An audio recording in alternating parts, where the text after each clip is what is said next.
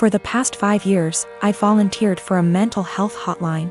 I'm deeply passionate about the hotline's work, and I've devoted huge amounts of time and energy to answering calls, training new volunteers, and fundraising. I've become close friends with many of the people I volunteer with, and I get a lot of joy out of helping people who don't have a lot of other support in their lives. I love this organization. I can't imagine my life without it. Today, the head of the organization sent out an email announcing that they've hired a new volunteer coordinator, the girl who relentlessly bullied me in high school and made my life a living hell. I was completely blindsided. I moved across the continent after graduating from high school, and I have no idea how or when this girl moved to my city.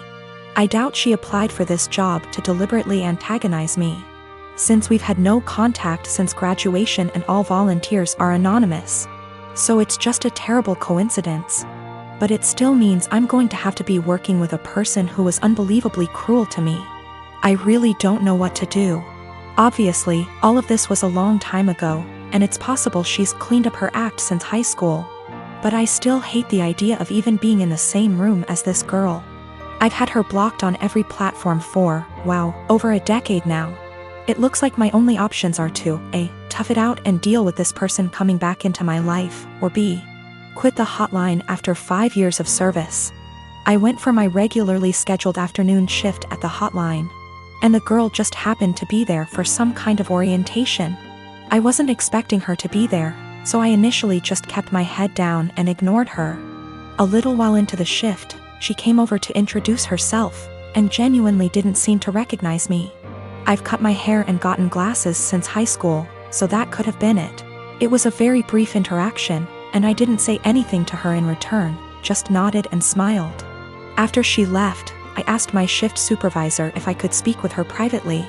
I followed some of the advice here, just letting her know that I have a history with this person and I'm not comfortable working with her directly.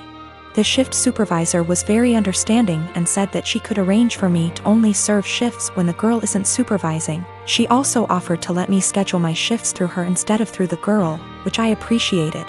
Unfortunately, it seems like there will be an unavoidable level of casual interaction, given that the girl is working in the facility on a full-time, 9-to-5 basis. I think I'll be able to stick it out for now, but we'll see. The shift supervisor did ask me what I wanted to tell the girl. Vis-a-vis an excuse for my not wanting to be on shift with her, but I couldn't think of anything to say. So I left it up to her. I am 18 years old male, I'm a high school senior and proposal season is currently in full swing. I was in my AP Chem class when suddenly an entourage of people entered my classroom with a disabled girl. She has cerebral palsy, that I know. I first saw the posters and the bouquet of flowers she was holding and thought, "Aww, that's sweet of her." Then they revealed the posters and I read my name and was completely taken aback. I literally almost had a anxiety attack. I didn't know what to say at all and the entire class was cheering and people even started filming. I was straight up frozen for a minute and I could feel myself burning up with embarrassment. Of course I wanted to say no, but since it was so public and everyone was waiting for me to say yes, I did and hugged her. Everyone clapped including the teacher and I was mortified. One of my buddies asked me if I was okay. Afterwards, since apparently I looked like I was gonna burst into tears, and I told him I literally did not expect that at all, and I didn't want to say yes. He suggested that I go find her after school or something and explain that to her, and I agreed. Now, this girl is really nice. We had a class together last year and sat next to each other for a majority of it and talked quite a lot. I would say we were friends then, but we haven't spoken more than 2 times this school year, so we've definitely drifted apart. That's why I was completely shocked when she sprung the prom asking on me. Usually, people have their friends make sure that the other is at least aware before doing the asking to prevent situations like this. I was contemplating if I should just bite the bullet and go with her, but decided I just couldn't because it is my senior year prom and I was already starting to plan my asking. There's this girl that I've liked for a couple of months now and I recently heard from my friends that she likes me back, so I was gonna ask her. So I ended up going to the special ed classroom after school where I found her and asked if I could speak to her outside. I told her everything and how I really appreciated the gesture. But I was already planning on asking my crush to prom and she was crushed. She started crying really loudly and asked me why I couldn't have just said no, and I said that I didn't want to embarrass the two of us in front of all those people. At this point, one of her aides came out to check on us since she could hear the crying, and the girl told her aide what happened and she straight up glared at me and said, "That's not okay." Now I feel like absolute shit. My partner and I want to be married, but we don't care much for the idea of having a wedding. We wanted to elope, but my mom has been telling me since I was 16 and had never even had a boyfriend that she wanted to see me get married and she would basically never forgive me if I eloped. I do like the idea of my family being there to celebrate with us, but I hate the idea of spending money we don't have on this huge party just so that our relationship can change in nothing but name and legal benefits. And for various reasons, it doesn't make sense for us to wait until we can afford a wedding to get married. We wanted to keep it small, preferably under $3,000, which is honestly more than I'd like to spend. But we have to be realistic. We had planned on having it in my in-laws' backyard, but even that was more money and effort than I was willing to put forth. I was stressed and feeling like I was out of options, so one day, I vented to my mom. She seemed really excited about the idea of helping me plan a wedding. It was kind of a red flag when she said, "My mom didn't help me plan my wedding. Let me live vicariously through you." But still, I agreed. She seemed really excited to help me find a venue. I was not excited, because I have not been excited about one single step in the wedding process, and I just want it to be over. About a week later, I found out that this really great park in our city that my partner loves does weddings for an extremely small fee. I emailed the event coordinator and found out that the date we want is available. I told my mom, and her reaction was, "So I guess you don't need my help finding a place, then?" And every time I talk about it, she says the same thing. She has always talked about how shitty it is to guilt trip someone, but I feel like that's exactly what she's trying to do. I honestly can't tell whether or not I've done something wrong. Like, I'm not sure if I implied that I would only get married in a place she helped me find. I don't feel like trying to take action on my own wedding is that great of an offense, but I can tell she's upset.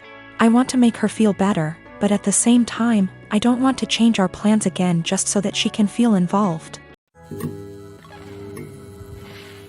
I want to point out me and my brother have two different fathers. I lost my father last year to cancer. He left me 90% of his stuff, including his family home that was left to him by his dad. It's been in their family for over 100 years.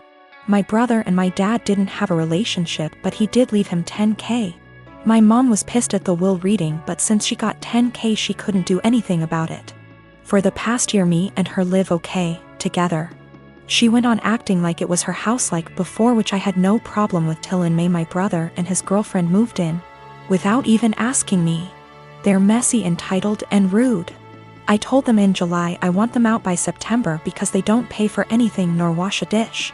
In August they announced they were pregnant and my sil smugly said, "Guess we won't be moving out now." It didn't go down well, but when I told them I wanted them out, my mom and brother basically laughed in my face.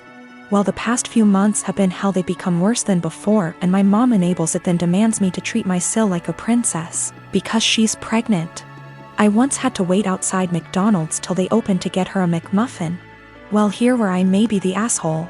Because my sil is pregnant, she eats everything she sees, like the cupcakes my friend made me for my birthday. She ate all 6, didn't even get to try them. I can't even make my lunch the night before because when I go to get it, it will be gone. She'll have a smug look on her face while rubbing her belly, then laugh and say, "I couldn't help myself, blame the baby." If I put stuff in my room, my mom will open the door with the spare key. Sil can go through my mini fridge. Well, a week ago I was running late to collage. I didn't have time for my breakfast or to make lunch, and I had to go to work straight after, so all I had that day was a bar of chocolate. When I got home I was starving. I made myself dinner. While it was cooling down I went to use the bathroom. I must have been in there 10 minutes at most. By the time I came out she had 70% of my dinner ate, and I literally lost my shit. Of course she started crying. My mom and brother started screaming at me for making her cry, making excuses, like how she couldn't help it and it was my fault for leaving food around her. Well, I had enough. I told them get out, just like before I got mocked. But here's the thing, back in October my uncle offered me a life-changing amount of money For the house, I called him up crying a few days ago explaining the situation. He said he'd buy the house, but he will evict my mom and brother. The OFC didn't take it too well, and I have had to stay with a friend. I've been receiving texts, and I'm being tagged in multiple posts on social media. I'm starting to think I'm the bad person now.